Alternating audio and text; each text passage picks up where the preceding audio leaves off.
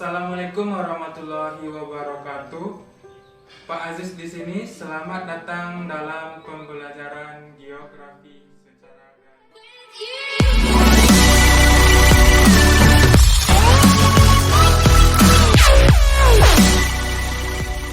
Sebelum kita memasuki pembelajaran pada pertemuan kali ini, ada beberapa hal yang perlu Ananda persiapkan. Salah satunya adalah buku tulis isi 100.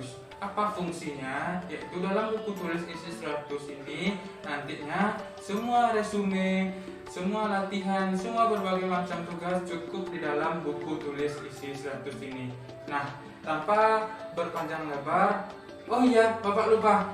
Untuk siswa-siswi Bapak yang kelas 11 dan 12, jika catatan geografinya di kelas 10 dan 11 lalu masih ada yang kosong, silahkan lanjutkan buku catatannya.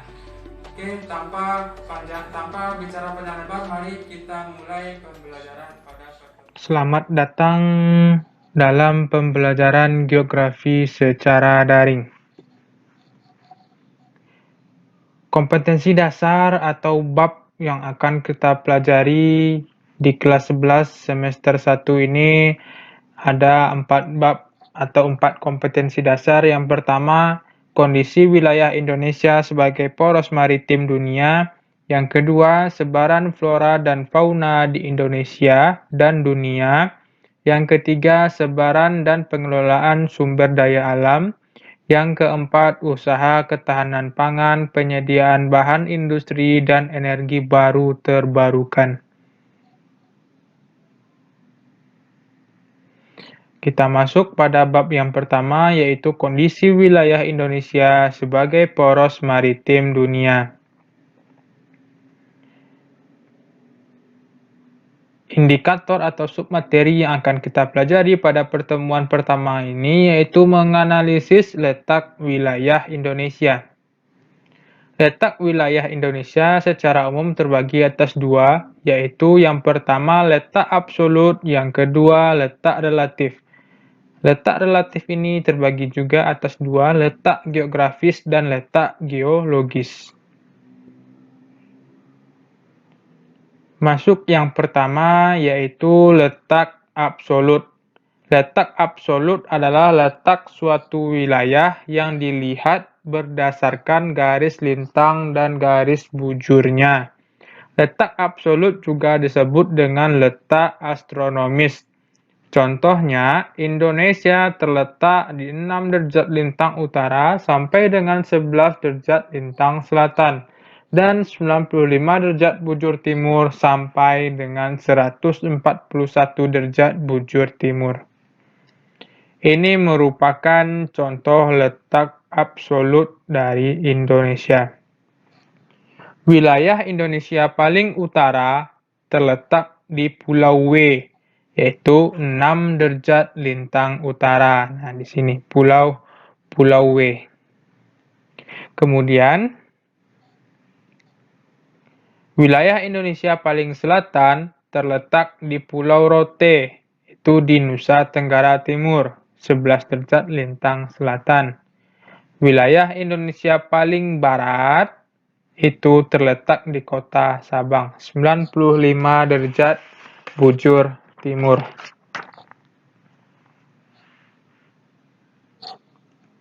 Yang keempat, wilayah Indonesia paling timur terletak di kota Merauke, yaitu pada 141 derajat bujur timur. Itu merupakan letak absolut dari Indonesia. Yang kedua, ini maaf ya, ini Bapak buat satu, bukan satu maksudnya yang itu, ini dua, yaitu letak relatif. Letak relatif yaitu letak yang sifatnya terjadi perubahan. Lokasi suatu objek yang nilainya ditentukan oleh objek-objek lain di sekitarnya.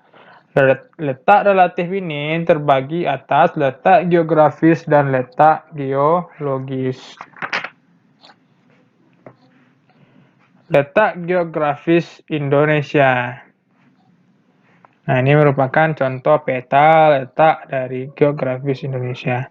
Letak geografis adalah letak suatu wilayah yang dilihat berdasarkan posisinya dengan wilayah yang lain, yaitu negara Indonesia diapit oleh dua benua besar, yaitu benua Asia dan benua Australia. Benua Asia terletak di bagian utara Indonesia, sedangkan benua Australia terletak di bagian selatan dari Indonesia. Kemudian, Indonesia juga diapit oleh dua samudra, yaitu Samudra Pasifik dan Samudra Hindia. Samudra Pasifik itu terletak di bagian barat dari Indonesia, sedangkan Samudra Pasifik terletak di bagian timur wilayah Indonesia, sedangkan Samudra Hindia itu terletak di bagian barat dari wilayah Indonesia.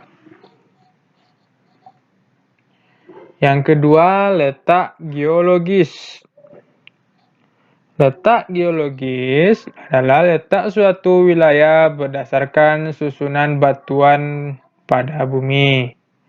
Ini merupakan letak geologis dari Indonesia.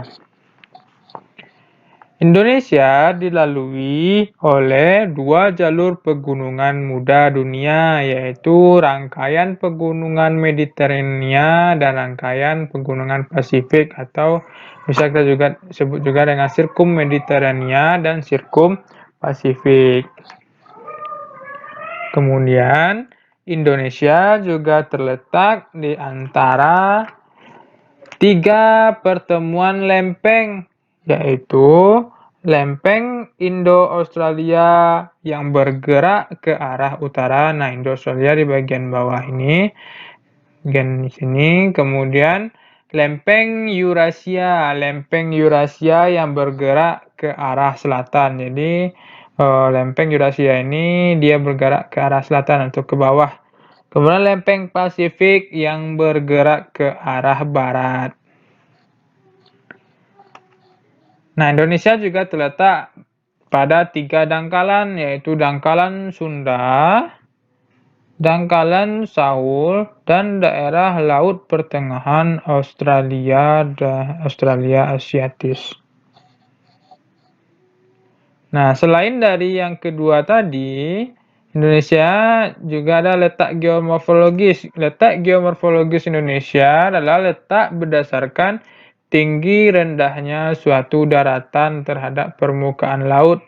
Apa pengaruh letak geomorfologis? Yang pertama, perbedaan suhu mempengaruhi jenis tanaman. Yang kedua, menentukan kandungan mineral dalam tanah. Yang ketiga, menentukan kepadatan penduduknya juga, dan lain sebagainya. Kemudian, selain dari letak geomorfologis tadi, juga ada letak maritim. Letak maritim adalah letak suatu tempat ditinjau dari sudut kelautannya. Nah, ini merupakan peta letak maritim Indonesia. Ada zona ekonomi eksklusif. Apa manfaat posisi maritim Indonesia? Yang pertama, membuka peluang kegiatan perekonomian bidang pelayaran, perikanan, dan pelabuhan. Yang kedua, posisi Indonesia dapat dipertimbangkan dalam politik dunia, dan lain sebagainya.